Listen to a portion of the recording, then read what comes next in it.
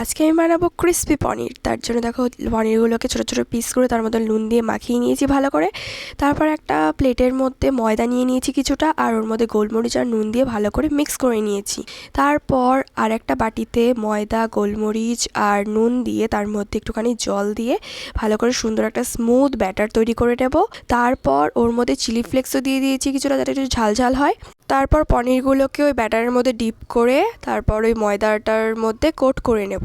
তারপর একটা crispy shape দিয়ে তেলের মধ্যে আস্তে আস্তে ফ্রাই করে নেব। এটা একটা সুন্দর নিরামিষ একটা রেসিপি। তোমরা শনিবার যারা যেই বাড়ি নিরামিষ খাও সেই দিন এটা খুব সহজে পনির আনলে পরে বানিয়ে ফেলতে পারো বাড়িতে। তারপর লাল লাল করে ভেজে নামিয়ে নেব।